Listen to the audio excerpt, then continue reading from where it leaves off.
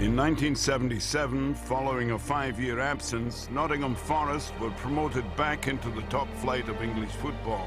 Within 3 short years, they were league winners, cup winners, and European champions. Francis scores! The extraordinary managerial partnership of Brian Clough and Peter Taylor had built a side to conquer all before them. You, in your profession, just might recognise that we are a good side.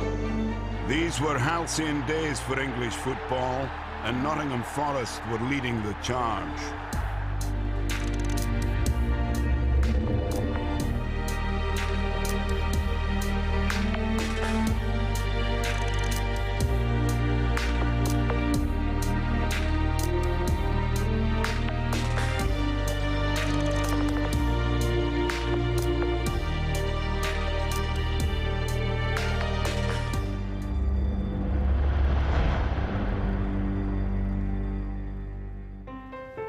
After just 44 days in charge of Leeds United, Brian Clough had been sacked. But despite the controversies around Clough, Nottingham Forest felt fortunate to enlist him as their manager in January 1975.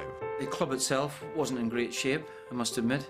We'd got relegated in 1972, the year that I'd come to the football club as an 18, 19-year-old, and we'd stayed there for a few years. There's no immediate changes. It's not an overnight job, football. I would say I have to be surprised that we could have attracted such a brilliant character, such a charismatic character, and such a great manager. I've got to get to know them a little bit better, try and get a little bit out of them. I think they've got to, got to produce. We got him, I think, with a big point to prove. Being sacked at Leeds United, is obviously holding a grudge, which was good. We had one thing in common, of course. We both want success. The committee wants success, and I want success for Nottingham Forest.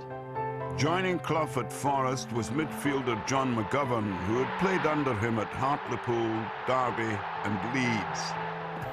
He threw a ball at me in the dressing room before the start of one match. We were all wondering who was going to be captain. And I caught it, and he literally said, "Oh, you caught that well. You might as well take the lads out." And a year after he was manager of Nottingham Forest, Peter Taylor rejoined him, and that was really like the blue touch paper and stand well back. Clough and assistant Peter Taylor were a formidable partnership. They had turned Derby County from second division strugglers into first division champions and guided them to a European Cup semi-final. After a spell apart, they had reunited, and at Nottingham Forest were ready to forge their greatest team yet. Good cop, bad cop. You go in for a contract, and Peter say to you, "What's your vices? Do you like women? Do you drink? Do you gamble?" And then the manager come in the room. He say, "Well, I'd like a vice, boss." He said, "Well, I hear you like gambling." And I go, "Where's he got that from?" So Peter told him what your vice was. I think 2 people can do a job better than one for a start, and his expertise in finding players and having a knowledge of football was second to none at that particular time. There was a lot of untapped talent.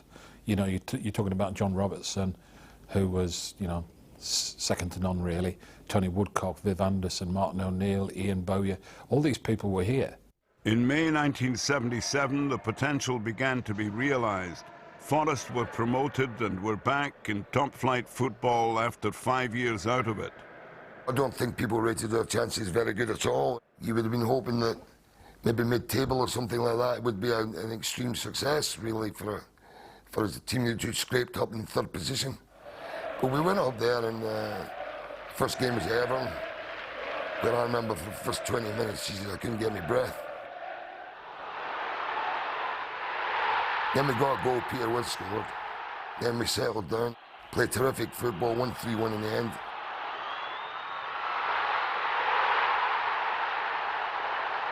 Clough and Taylor soon made additions to the squad, including, significantly, a goalkeeper. There's no instructions for me as a goalkeeper.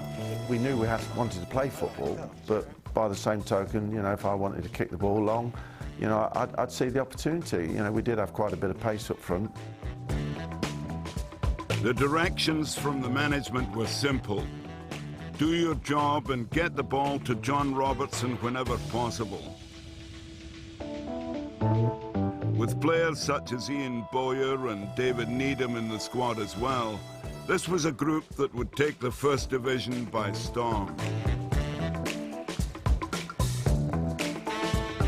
We were flying, absolutely flying. But there was lots of doubters around, and I'm deep down probably because it was the whole First Division at that time was essentially new to us, to a lot of the players, that we wondered how long we could maybe keep this going. As Christmas approached, Forest were top of the league, but next up was a trip to Old Trafford. That's the greatest performance I've ever played in a team. Just as simple as that. We were awesome that day. Played in for Peter With, and Woodcock scores! Tony Woodcock for Forest. We were mesmeric that afternoon. Really, really fantastic. It's Archie Gable now breaking for Forest. 3 up in this attack. John Robertson. Surely he'll score. It's 3-0. And we scored 4. It was just an incredible performance. Put it through by Gable. Tony Woodcock for a goal. It's 4. There was a great freedom about the team. We were counter-attacking it, not only with great skill, a lot of pace. It was great to be part of it. It wasn't just in the league that Forest were impressing. By March 1978, they'd earned themselves the right to challenge realistically for trophies.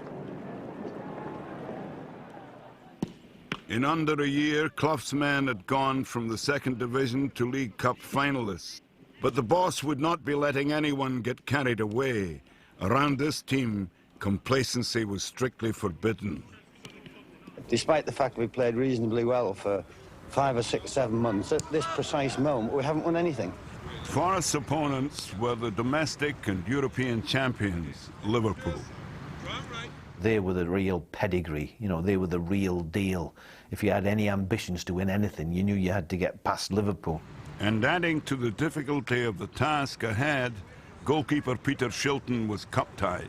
That spirit and belief within the camp, Chris Wood's coming into the side as a young, inexperienced goalkeeper performed miracles for a player so young. After a 0-0 draw, the teams replayed at Old Trafford, where John Robertson's penalty settled the tie.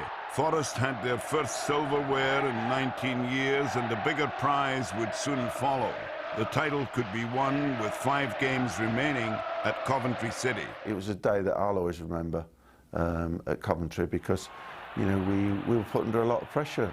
But there was a day that I was personally proud of. One moment in particular was a save from centre forward called Ferguson. Wallace! In goes Ferguson! Oh, what a save by Peter Shilton! Absolutely fantastic! I don't quite know how I did it myself, but I managed to change direction and flick it over the bar, and I think the great thing was he actually just sank on his knees. If so, I can't believe what's happened, how he saved that.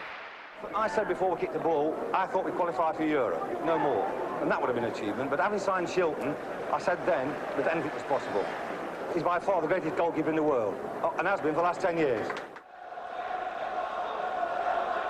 At the end of the match, which ended up 0-0 and we'd won the First Division, I turned to Brian Clough and just said, "Well done, boss, we've won it." And he matter-of-factly said to me, "Oh, yeah, that's right." We got the point at Coventry, we got on the coach and came home. There was no champagne, no nothing, it was a job done. Even though we won with a few games in hand, it was just an incredible feeling, absolutely incredible to go on and to win the championship, considering from the position that we were in a year previous. Forest could now look forward to visiting foreign climes in the following season's European Cup, or so they thought. When the draw comes out, we're drawn against Liverpool. We're looking forward to going to Madrid or Paris, you know, and not Liverpool. They were obviously big favourites, so it was a bit of a downer, really, I think. But Brian Clough turned it round. He said, because in their dressing room, they'll be going, "Not them again." At the City ground, Forest gained a 2-0 first leg lead, thanks to Gary Birtles and Colin Barrett. It was a great achievement. They were the yardstick. I think Graham Souness or somebody said prior to that game, Forest who were Forest, you know. So rightly so, because we were just the upstarts coming up and trying to get to where they'd achieved it for many, many years. Well, you know, I say it begrudgingly because I think we were still the best team, but they were a really difficult outfit to break down. They had a system, they had a great goalkeeper, Larry Lloyd, Kenny Burns at the back, never went near the halfway line, never mind over it. We had a real problem breaking them down. At Anfield, Forest held on for a 0-0 draw. The European champions were out. I don't think at that time we realised just how good they were. We knew they were a good side, but if ever you would look at a side and say, right, they're the ones that ultimately play so much to their strengths. We kept on playing against them in that period and hammering them, and they kept on beating us. We were very resilient, and we were starting to know how to defend. People kept on writing them off, and I tell you what, not only were they a great team, but and a very underrated team. When you talk about a team, this was a real team. Knocking them out, I think that some of the major people at Liverpool at the time said, you can go on and win this competition. Forest had become seemingly impossible to beat from 26 November 1977 until December 9th, 1978. They were undefeated in the league. People said, do you realise you've won 42 league games without losing? You know, nobody had ever considered it. You know, there was no publicity thrown at it. And when it actually happened, it was, oh, we've lost. A little bit of a mishap, really, but the consistency was incredible. And that's why I think, you know, we couldn't wait for the next training session, never mind the next match.